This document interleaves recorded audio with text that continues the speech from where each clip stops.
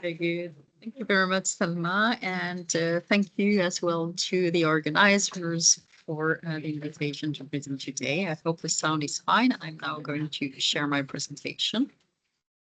Just let me.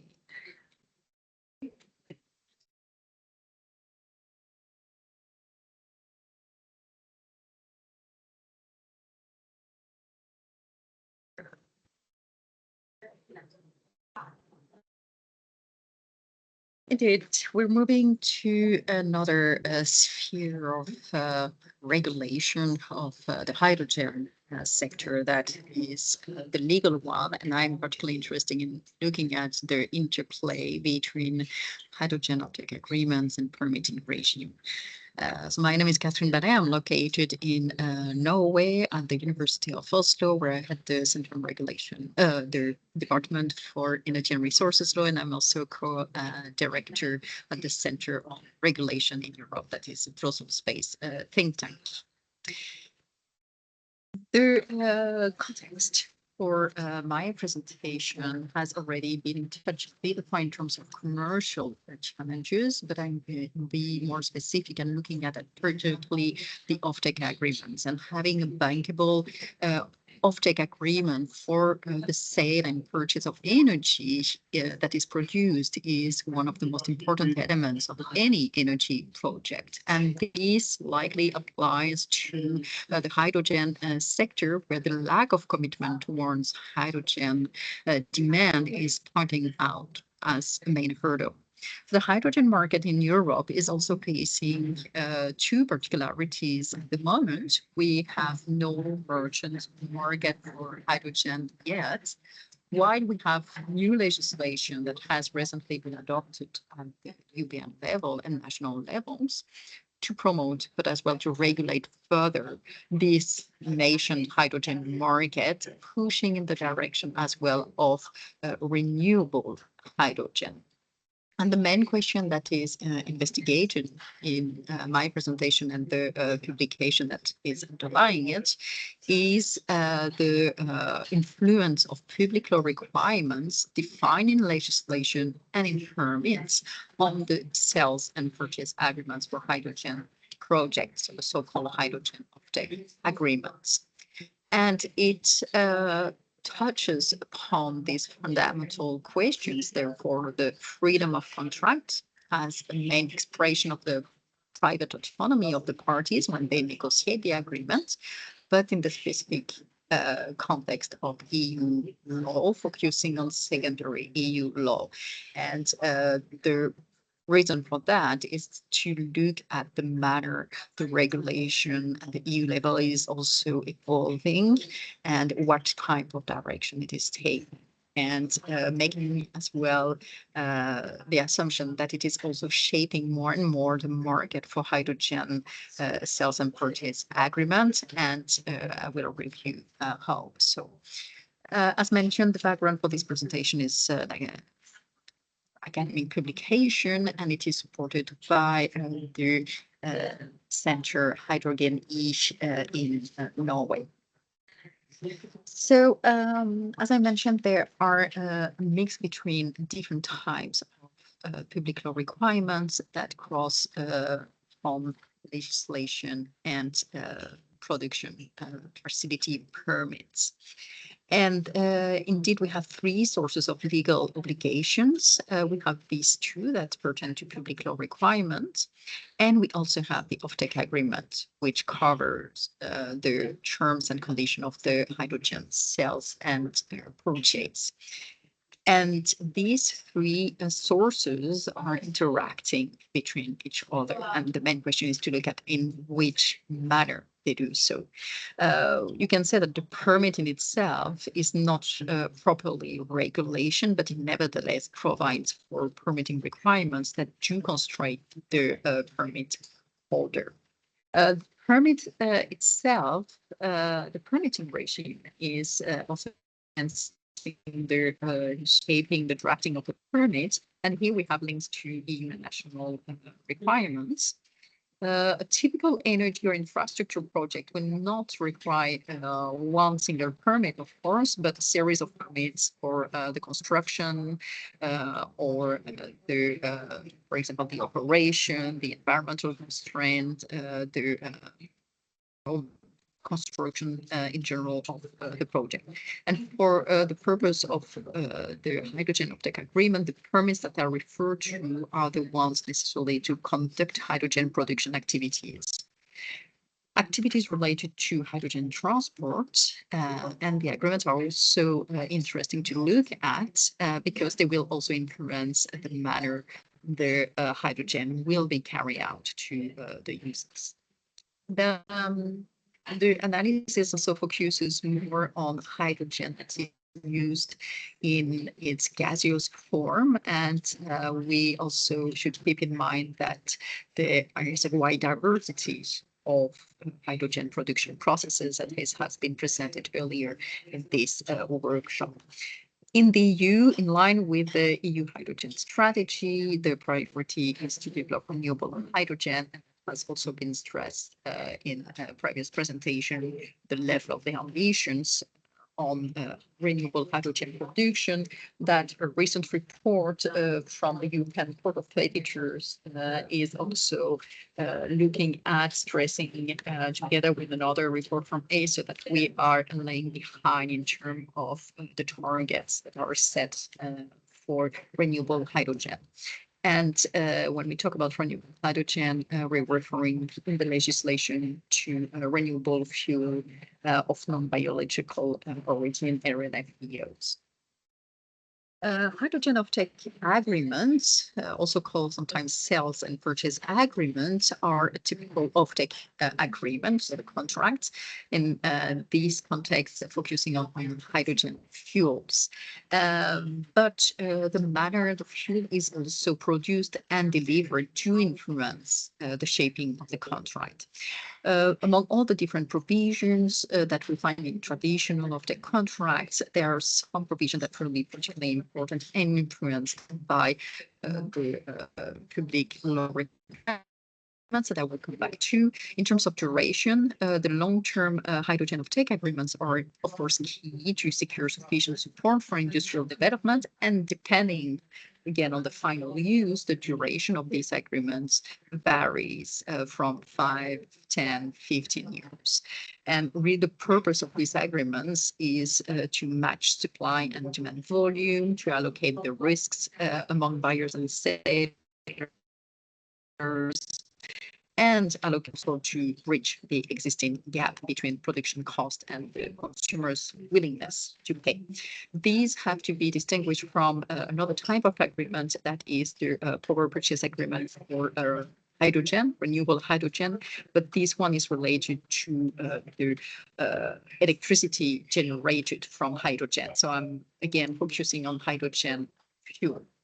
So this interaction is also supported by different initiatives that are not part of EU regulation as such, but I would like here to stress that these hydrogen offtake agreements are usually signed bilaterally, which means that the terms and the conditions are not rendered public and can vary strongly. So it could difficult to assess in detail this interaction. But as part of these, the efforts to support the conclusion of offtake agreement, there are several organizations that have engaged in standardization initiatives, and notably the Association of International Energy Negotiators that have established a hydrogen task force, and they support the standardization efforts in structuring and drafting the content, aligning the content of these agreements. When we look further at the interactions between contractual provisions in offtake agreements and public law requirements, there must necessarily be a balance between authorizing activity through a permit and preserving a series of public interest by restricting contractual freedom or achieving certain specific goals, such as the promotion of renewable hydrogen. And this is exactly the type of interaction that are at stake here. And the space between so-called regulatory intervention, which is regulation, and the contractual freedom, contractual autonomy, has been described in the legal literature as the regulated autonomy, meaning the interaction between this freedom of individuals to organize their legal relation as they intend to, and public regulations that aim to promote a series of policy aims. This may lead to a practical exercise for the contractual parties when they draft the actual agreement, consisting in mapping which provisions will be regulated by public law norms, so regulated terms, and which ones will be subject to negotiations, so the commercial terms. In addition, that might also be intermediary situation where the parties need to find the manner to comply with the public law requirements, but which leaves them some flexibility, and these can be called more hybrid terms. The motivations as well for introducing this limitation, as I mentioned, could be driven by different considerations. Here we will see that clearly it's in the way of promoting the liquidity in the market, to promote the common ground level playing field for common definitions, but as well the move towards renewable hydrogen. This is very much depending in terms of interaction as well of the legal system, the legal tradition these contracts are signed under, virtually whether the agreement is signed under English contract law or civil contract law. But the question of the manner of public law norms is restricting the contractual freedom of the parties is relevant in both English law and civil law traditions, despite some differences of the manner it is addressed. Another manner to present the interaction between these different pieces of public regulation is as follow, and this is a known drawing of it, where you have on the left side the different pieces of EU legislation that are covering the hydrogen sector.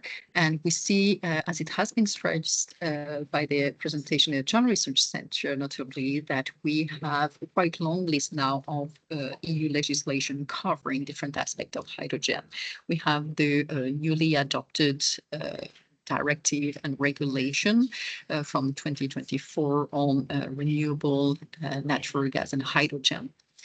We also have all the network codes and guidelines that will probably need to be adopted as it has been under all the natural gas or electricity in accordance with the directive and regulation. We also have the Renewable Energy Directive, the delegated acts under Renewable Energy, CBAM, Net Zero Industry Act, etc.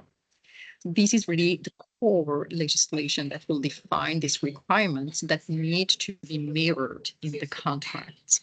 In addition, we have standards, we have European standards that are adopted under EU legislation for some of them. We also have other relevant legislation, such as safety. And finally, we have other requirements, such as competition law, that will apply across sectors. These requirements will be binding on member states that will need to implement them in their national legislation. That means that when they will as well award a license, a permit, that will be based on these requirements. And an interesting question here will be, what if an agreement that is signed between private parties or public and private party is in contradiction with any of these public law requirements? This is a quite classic question as well that has been raised in other sectors. So we see this interaction between what is required in the legislation, the manner the legislation aims to shape the sector and the markets, and the hydrogen project permit, but as well the hydrogen offtake agreements. And these are, as I mentioned in the introduction, only few of the agreements that are structuring the full projects. We also have hydrogen joint development and operating agreements, land lease, and any financing tools that will come in addition to that. When we look now closer at the content of the EU legislation on the matter, here is an assessment of the main points where we see that legal requirements, public law requirements will be influencing the drafting of the contracts, notably the regulation of the actors, sellers, purchaser, system operator, and this is notably in relation to unbundling rules in terms of possibility to accumulate activities or the need to have strict separation. The second area relates to the product regulation, and this is probably the most extensive one in terms of market regulation. It relates to the mode of production of the hydrogen, the type of product that will be the result of the production, notably the purity level of the hydrogen produced, the carbon intensity of the hydrogen produced, the valorization of the origin and production methods through guarantees of origin, and finally, indirectly, the origin in terms of third party, third country under the CBAM legislation. Pricing is also a matter that should be influenced by initiatives of joint negotiation, joint purchase, under the aggregation platforms that have been established after the REPowerEU plan, and that aims to be extended from natural gas to as well hydrogen and renewable gases. Another area of commitments that will also affect some provisions in the offtake contracts related to transparency requirements and regulation, and the necessity to the obligation to report some of the transactions in order to comply with the REMIT legislation. This needs to be mirrored and in the contract and the role allocated between parties. Infrastructure regulation is also an area where we will have some regulatory constraints that may also need to be reflected in the contract to ensure a good balance between the parties' obligation, notably access to the infrastructure for transporting the hydrogen, the condition for access, who is responsible for this part of the industry. And finally, we have more traditional provisions that are more directly covered by the EU legislation. But nevertheless, if we have a common financing scheme or specific liability requirements for the parties that are included, could be also enhanced for the state of the contract. So to conclude, we can first say that this interaction is primarily unidirectional as the first conclusion, because we see that it's primarily from the legislative and permitting requirements that we have a direct influence on the offtake contracts more than the reverse. And so that's a primary source. The second element relates to the fact that it's not a new interaction. The interaction between legislation and contracts is existing already for all the energy carriers, for example, for the sales and purchase agreement for natural gas. And these interactions are, however, new when we look at the extent of the regulatory intervention, and notably in terms of regulation of the commodity in itself, because we're pushing for harmonization as much as possible, not only through standards or voluntary standards, but as well through regulation and detailed definitions of the commodity to be traded. Then we have a new package that is also very detailed, And they may raise question as well of interpretation of the different requirements between the parties that has been stressed by a previous presentation, where we have so many different rules that are negotiated under different legal acts, and that needs to be also reflected in contracts that may lead, if not well aligned or sufficiently flexible, to a split of the market more than a level playing field. So this is in short the main points of my presentation, looking at the interaction between public law requirements through permits and the hydrogen offtake agreements. Thank you very much for your attention. Thank you very much, Catherine. It's interesting to see that there is so many regulations already connected to hydrogen in the EU. We have some questions, but I think in the chat, but I think I have time for one now at least. So in your view, what's the most urgent legal or regulatory gap that needs to be addressed to make hydrogen offtake agreements truly bankable across member states? I think the divergences regarding the definition of the hydrogen as a commodity, the fact that we have could be very specific manners to define a commodity under specific legal acts that could really split the markets or even hamper trade across borders of markets. So I think this is something that is concentrating a lot of attention, because there are a lot of commercial interest in this negotiation around standards, common definitions, and we see that very much at the EU level. And I think that's the first priority, because the last package was very much on infrastructure. So we know the work has been done. But now it's really having a common push understanding for the commodity market.